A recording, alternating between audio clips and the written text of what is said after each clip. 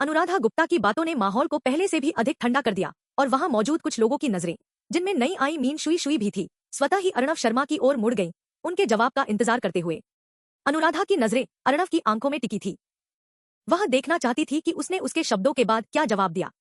हालांकि उसने सोचा कि अर्णव की अब तक की बेरुखी को देखते हुए वह मना कर देगा। आखिरकार कौन अपनी जान केवल अतीत में कही गई किसी बेकार बात के लिए जोखिम में डालेगा, और वह भी एक पुरुष के रूप में। सच कहे तो अनुराधा पहले ही मानसिक रूप से तैयार थी कि उसे नकारात्मक उत्तर सुनना पड़ सकता है।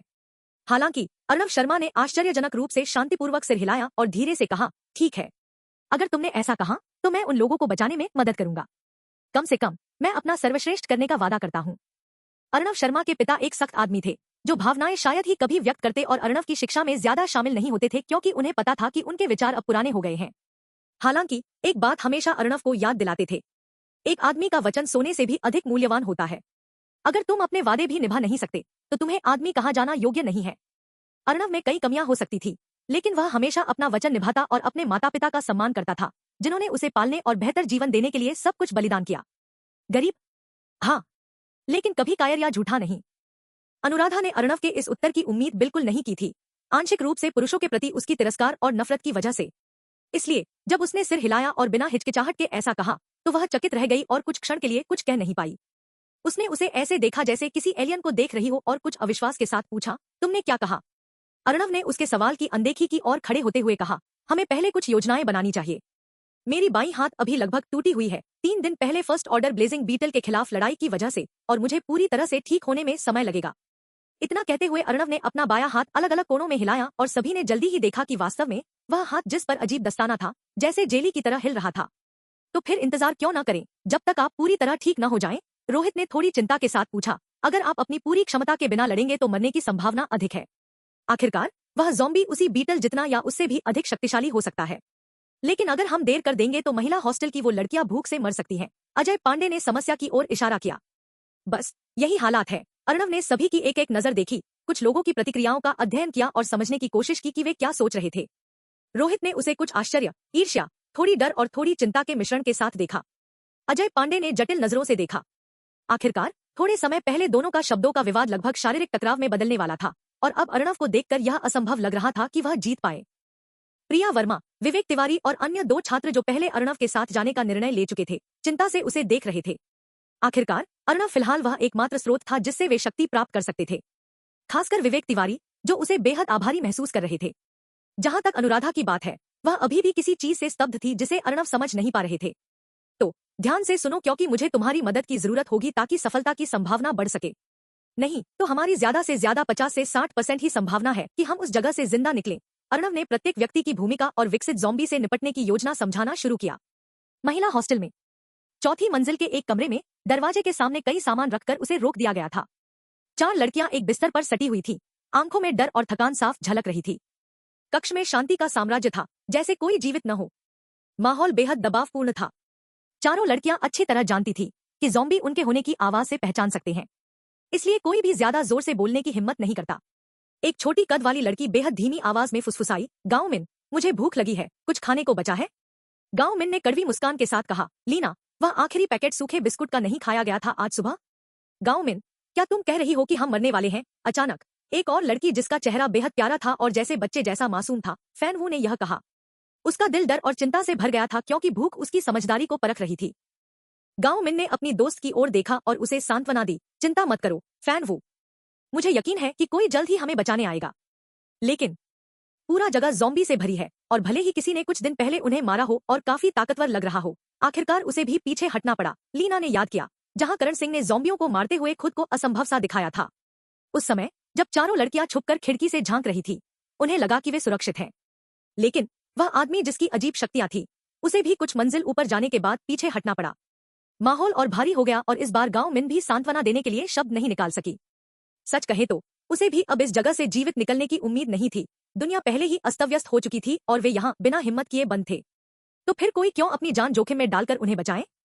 हालांकि वही थोड़ी उम्मीद ही उन चारों लड़कियों को लगभग 1 हफ्ते भूखी रहने के बाद एक साथ रख रही थी और उन्हें मानसिक रूप से स्थिर बनाए रख रही थी। मुझे कोई फर्क नहीं पड़ता कि वह कौन है। अगर कोई मेरी जान बचाए और मुझे इस नरक से बाहर निकाले, मैं उसकी महिला बनने को तैयार हूँ। अचानक उन चारों में से केवल एक ने यह कहा। मौका पाते हुए गांव मिन ने हल्के स्वर में मजाक किया, हमारी प्रिंसेस चार्मिंग का बॉयफ्रेंड बनने के लिए सोचो कौन इतना भाग्यशाली होगा। हाँ, पहले वाली लड़की ने आंखें घुमाई और हल्के से हंसी। उसका नाम वू यी जून था। उसके लंबे काले बाल, आकर्षक अंडाकार चेहरा, खूबसूरत चमकदार आंखें और प्रभावशाली शरीर थे। विशेष रूप से उसकी छाती का क्षेत्र बहुत विकसित था। वू यी जून वास्तव में पूरे विश्वविद्यालय में दूसरी सबसे सुंदर महिला थी, केवल अनुराधा गुप्ता के बाद।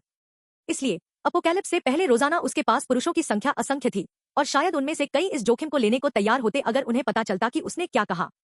कई मिनटों तक कमरे में शांति बनी रही। फिर वू यी जून ने थोड़ी चिंता के साथ पूछा, तुम सबको लगता है कि अनुराधा सुरक्षित है? वह निश्चित रूप से ठीक है, गांव मिन ने इस बार बिना हिचकिचाए उत्तर दिया। भले ही वह केवल विश्वविद्यालय में अनुराधा से मिली थी, लेकिन वे काफी करीबी बन चुकी थी और उसे पता था कि अनुराधा गुप्ता ऐसी महिला नहीं है जो आसानी से हार मान ले। तुम सही कह रही हो, वू यी जून ने आह भरी। वह और अनुराधा कई वर्षों से दोस्त थी, इसलिए यह स्पष्ट था कि भले ही उसकी दोस्त कभी कभी अहंकारी हो और उसकी बेरुखी अधिकतर लोगों को थोड़ा परेशान करे, लेकिन उसकी पारिवारिक कठोर परवरिश और अतीत की समस्याओं की वजह से अनुराधा निश्चित रूप से सिर्फ बैठकर मौत का इंतजार नहीं करेगी, अनलाइक ये चारों। चूंकि अनुराधा का जीवन पहले ही कठिन और दुख भरा था, इस नई दुनिया से वह टूटने वाली नहीं थी। यह वू यी जून का दृढ़ विश्वास था। बांग। अचानक चुप्पी के बीच किसी चीज के दूर से गिरने की आवाज गूंज उठी। चारों लड़कियां सावधानी से खिड़की के पास गईं। उनकी आंखों में डर भरा हुआ था, लेकिन उसी डर के बीच थोड़ी उम्मीद की झिलमिल भी थी। उम्मीद की कोई उन्हें बचाएगा और इस इमारत से बाहर निकालेगा, जो अब उनके लिए एक जेल बन चुकी थी। एक जेल जो उन्हें सुरक्षित रखती थी, लेकिन धीरे धीरे उनकी जान ले रही थी। देखो, कोई इंसान है, गांव मिन खुशी से बिना रुके चिल्लाई, लेकिन अपनी आवाज को नियंत्रित करने की कोशिश करती रही। क्या मदद आखिरकार आ ही गई? लीना ने देखा, क्योंकि अचानक आवाज सुनकर आसपास के ज़ॉम्बी हिलने लगे। ये प्राणी, जो पहले चुपचाप इधर उधर घूम रहे थे, यही वजह थी कि लड़कियों ने भूख के बावजूद खिड़की से भागने की कोशिश नहीं की। हालांकि अचानक हुई आवाज ने उन्हें सफलतापूर्वक अपनी ओर खींच लिया। वू यी जून और फैन वू ने भी चमकती आंखों से दृश्य को देखा, एक बार और हमेशा के लिए इस नरक से बचने की आशा में। अर्णव शर्मा, अनुराधा गुप्ता, अजय पांडे और रोहित 4 मंजिला इमारत की छत पर खड़े थे जब उन्होंने देखा कि ज़ॉम्बी उनके दिशा में कांपते कदमों के साथ बढ़ रहे थे। यह बच्चा अब तो काफी बहादुर हो गया लगता है, अजय पांडे ने हल्के आश्चर्य के साथ इशारा किया। कुछ मीटर दूर जमीन पर विवेक तिवारी सड़क पर मिली किसी भी वस्तु से आसपास की इमारतों की खिड़कियां तोड़ रहे थे। उनके हाथ में अर्णव द्वारा अस्थायी रूप से दिए गए श्वान्यन तलवार ने किसी भी ज़ॉम्बी का सिर धड़ से अलग करने का काम किया और पूर्ण कवच ने उन्हें जीवों द्वारा संक्रमित होने के 70% जोखिम से बचाया। उपकरणों के कारण कम से कम 2-3 गुना अधिक ताकत के साथ विवेक तिवारी अब ज़ॉम्बियों से डरते नहीं थे और कुछ दर्जन उन्हें मारने के बाद पर्याप्त सोल पावर प्राप्त कर पहले स्तर 6 के एवोल्वर बन चुके थे। विवेक ने अर्णव की सलाह मानी और हर स्तर बढ़ने पर अपने अर्जित स्टैट्स पॉइंट्स को एगिलिटी और स्टैमिना में डालना शुरू किया। जैसे जैसे वह अपनी शक्ति बढ़ती देखता, अर्णव के प्रति उसकी कृतज्ञता बढ़ती गई और साथ ही वह दूसरों के मुकाबले अपनी ताकत में फर्क महसूस करने लगा। 2 घंटे से अधिक समय बीत चुका था जब अर्णव और अन्य लोग महिला हॉस्टल में बंद लोगों को बचाने की योजना पर चर्चा कर चुके थे। बैठक के दौरान 4 भागों में योजना बनाई गई। योजना का पहला हिस्सा था कि आसपास के सभी ज़ॉम्बी या अन्य प्राणियों को शोर मचाकर आकर्षित किया जाए। इस तरह वे अन्य दुश्मनों का सामना करने से बच सकते थे और चारों तरफ से घिरे जाने की संभावना को कम कर सकते थे। साथ ही जरूरत पड़ने पर पीछे हटने का रास्ता भी खुल जाएगा। प्रिया वर्मा, अब तुम्हारी बारी है। विवेक तिवारी ने सुंदर प्रिया वर्मा के पास जाकर पूर्ण कवच उतारा और उसे श्वान्यन तलवार थमाई। प्रिया ने सिर हिलाया, गहरी सांस ली और धीरे धीरे आगे बढ़ी, उस ज़ॉम्बी के समूह की ओर जो पहले विवेक ने घायल कर रखा था। ज्यादा से ज्यादा 20 ज़ॉम्बी जमीन पर अपने ही खून में लोट रहे थे और लगातार उस ओर गुर्राते रहे। उनका चेहरा भयानक और खून की गंध बेहद घिनौनी थी, लेकिन प्रिया ने दांत चबाते हुए तलवार ऊंची उठाई और जोर से काटा। आपने सामान्य ज़ॉम्बी स्तर 4 की सोल पावर प्राप्त की। स्टैमिना +4। आप लेवल 2 पर पहुंच गए हैं। आप 2 स्टैट्स पॉइंट्स स्वतंत्र रूप से वितरित कर सकते हैं।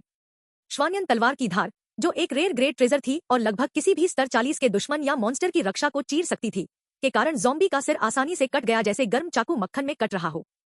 प्रिया स्पष्ट रूप से आश्चर्यचकित थी क्योंकि उसने ज़ॉम्बी की जान इतनी आसानी से समाप्त करने की उम्मीद नहीं की थी।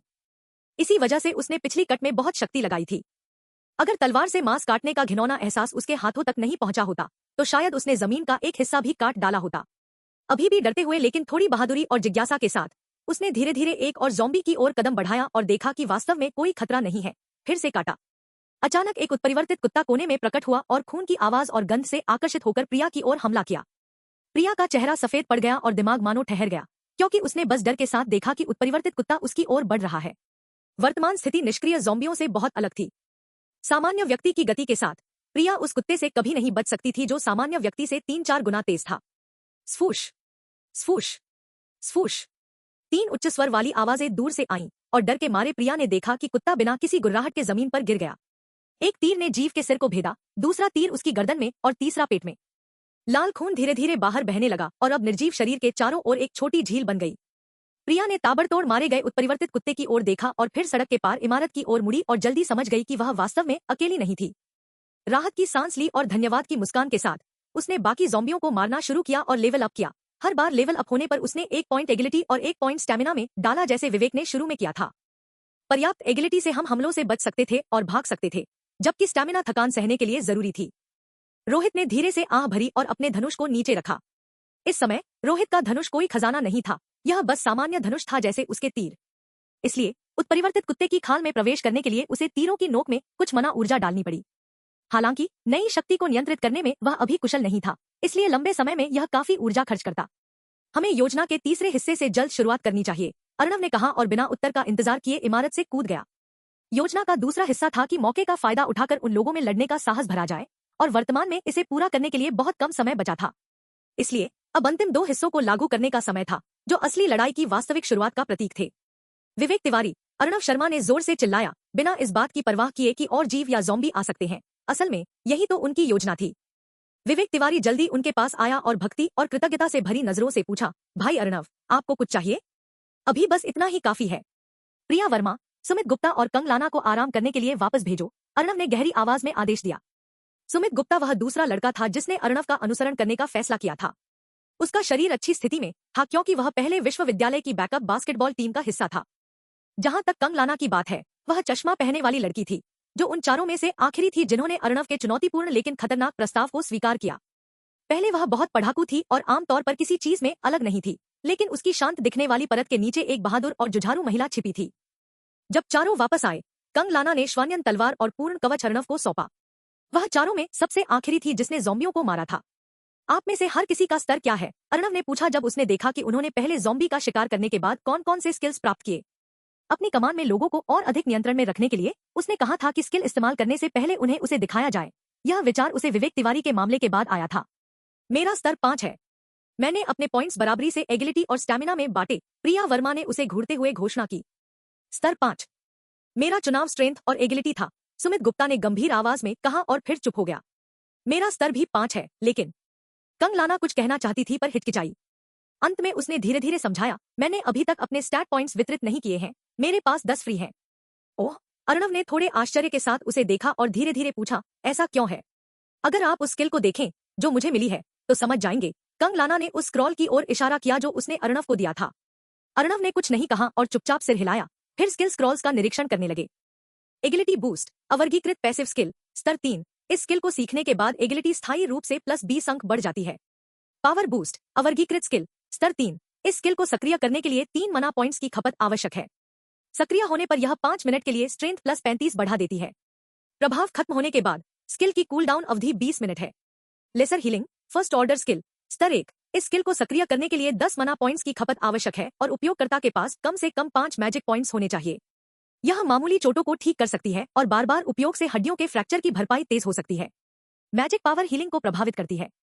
इसे दिन में 2 बार इस्तेमाल किया जा सकता है, उसके बाद यह 12 घंटे के लिए कूल डाउन में चली जाती है। एगिलिटी बूस्ट प्रिया वर्मा ने प्राप्त की। पावर बूस्ट सुमित गुप्ता ने प्राप्त की। लेसर हीलिंग कंगलाना ने प्राप्त की। पहले 2 स्किल्स के लिए अर्णव की प्रतिक्रिया सामान्य थी, लेकिन कंगलाना की स्किल देखकर वह आश्चर्यचकित हुए बिना नहीं रह सके। यह देखकर कि विवेक तिवारी ने ज़ॉम्बियों को परास्त किया, फिर भी कंगलाना ने इतनी अच्छी स्किल प्राप्त की, यह अर्णव ने उम्मीद नहीं की थी। लिलित ने कुछ दिन पहले बताया था कि भले ही वे मजबूत मॉन्स्टर्स का शिकार करें, उन्हें वही मिलेगा जो ज़ॉम्बी मारने पर मिलता, क्योंकि सोल रिकॉर्ड यह पहचान सकता था कि किसी ने बाहरी मदद से किया या खुद किया। इसलिए अर्णव अधिक शक्तिशाली मॉन्स्टर्स की तलाश में समय नहीं गंवा रहे थे। कंगलाना ने इतनी उच्च गुणवत्ता की स्किल प्राप्त की, यह अर्णव ने सोचा भी नहीं था। भले ही वह सीधे मुकाबले में उपयोगी नहीं थी, लेकिन इस स्किल से जब तक कोई उसे सुरक्षा प्रदान करे, वह पीछे से हीलिंग कर सकती थी। और हाँ, इसके लिए उसके पास काफी मना होना जरूरी था, और जितनी ज्यादा मैजिक पावर उतना बेहतर। हालांकि अभी लंबा रास्ता था। अर्णव चश्मा पहने इस लड़की को जैसे कोई खजाना देख रहे थे। शायद उसकी नजरों में बदलाव को महसूस करते हुए कंगलाना थोड़ी हिचकी और हल्की शर्म महसूस करने लगी। कंगलाना, तुम्हारे वर्तमान स्टैट्स क्या है? अर्णव ने थोड़ी सोच के बाद पूछा। यह कंगलाना ने अपनी पर्सनल स्टैट्स विंडो देखी, जो केवल उसे दिखाई देती थी, और सावधानी से कहा, स्ट्रेंथ 4 बटा एगिलिटी 5 बटा स्टैमिना 8 बटा मना 20 बटा मैजिक 35। यहाँ यही लिखा है। अर्णव की आंखें चमक उठीं और लिलित की आवाज उनके पास गूंज उठी, ओह, इस लड़की में अच्छी मात्रा में मैजिक पावर है। हालांकि उसके बाकी स्टैट्स औसत थे और अर्णव से तुलना में प्रभावशाली नहीं थी, कंगलाना के पास कम से कम सामान्य व्यक्ति के मुकाबले 2 गुना मना पावर और मानव प्रतिभा स्तर की मैजिक शक्ति थी। समझ गया, अर्णव ने बाहर से शांत दिखते हुए कहा। सारे पॉइंट्स मना और मैजिक में डालो, वितरण तुम तय करो। ठीक है, कंगलाना तुरंत सिर हिलाई और 10 पॉइंट्स दोनों स्टैट्स में डाल दिए। उसने अर्णव की मंशा समझ ली थी और अंदर से खुश हुई। भले ही उसकी लड़ाई की शक्ति प्रिया और बाकी के मुकाबले बहुत कम थी, यदि वह सक्रिय मैजिक स्किल प्राप्त करती तो उसकी शक्ति आसमान छू सकती थी। और जब तक अर्णव वहां था, कंगलाना जानती थी कि उसकी सुरक्षा सुनिश्चित थी। अगर अर्णव मर गए, तब कंगलाना के पास कोई उम्मीद नहीं बचती। इसलिए उसने उन समस्याओं के बारे में चिंता नहीं की जिनका समाधान उसके पास नहीं था। अब हर कोई अपनी अपनी स्किल सीखो, अर्णव ने स्किल स्क्रॉल्स वापस करते हुए कहा। कंगलाना, मेरी बाईं हाथ पर अपनी स्किल लगाओ। उसके हाथ में स्क्रॉल अनगिनत सफेद प्रकाश कणों में बदल गया और उसके शरीर में प्रवेश किया। उसकी आत्मा के भीतर एक पारदर्शी रंगीन रून बन गया, जिसमें अजीब सफेद रेखाएं थी। कंगलाना ने दोनों हाथ आगे बढ़ाए और जैसे वह इसे हमेशा करती रही हो, स्किल सक्रिय की। हल्की फीकी सफेद रोशनी उनके हाथों में चमकी और अर्णव के टूटे हुए हाथ को घेर लिया। अचानक आधा मना खर्च होने के बाद कंगलाना का चेहरा थोड़ा पीला पड़ गया। फिर भी अर्णव उसे घूर रहे थे। उसने दांत कसे और अपनी स्किल फिर से सक्रिय की, जिससे उसने कुछ ही सेकंड में अपना पूरा मना खर्च कर दिया। अर्णव ने तुरंत बदलाव महसूस किया। उसका टूटा कलाई स्पष्ट रूप से ठीक हो रही थी और हड्डियों के आपस में जुड़ने की आवाज इतनी स्पष्ट थी कि सभी के रोंगटे खड़े हो गए। अर्णव शर्मा को अपनी कलाई में अंदर से असहनीय दर्द महसूस हुआ। दर्द इतना तेज था कि उसे अपने दांत कसने पड़े ताकि उसकी आवाज बाहर न निकल जाए। लेकिन वह अत्यंत पीड़ा जल्द ही खुजली में बदल गई, बेहद असहज खुजली। सौभाग्य से यह एहसास भी ज्यादा देर तक नहीं रहा, शायद कंगलाना की स्किल की वजह से। कंगलाना का चेहरा पूरी तरह पीला पड़ गया और उसके पहले लाल होंठ रंग खोने लगे, जैसे वह अचानक किसी बीमारी से पीड़ित हो गई हो। वह अचानक चक्कर खाकर थोड़ी डगमगाई। सौभाग्य से अर्णव शर्मा पहले से ही ऐसी स्थिति के लिए तैयार थे, क्योंकि उन्होंने खुद फर्स्ट ऑर्डर ब्लेजिंग बीटल से लड़ते हुए इसी तरह का अनुभव किया था, जब उन्होंने अचानक सारी मना खर्च की थी। शाबाश कंगलाना, अर्णव शर्मा ने हल्की मुस्कान के साथ कहा और उसे गिरने से रोकते हुए धीरे से सहारा दिया। नहीं, कुछ नहीं, उसने मजबूरी में मुस्कान बनाई।